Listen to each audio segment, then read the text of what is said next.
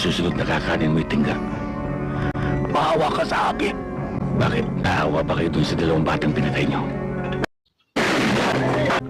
Akala niya kaya na tayong ubusin eh. Basta dito ang sasabihin ko sa inyo. Ipinanganak akong magulang. Hindi ako mahuli ang nakababa ang aking pantalon. Tsaka hindi na uso ngayon ang tapang. Kung kailangan niyo yung gulang. Tama ka, boss. Hanggat naririto ako, nakakasiguro ka.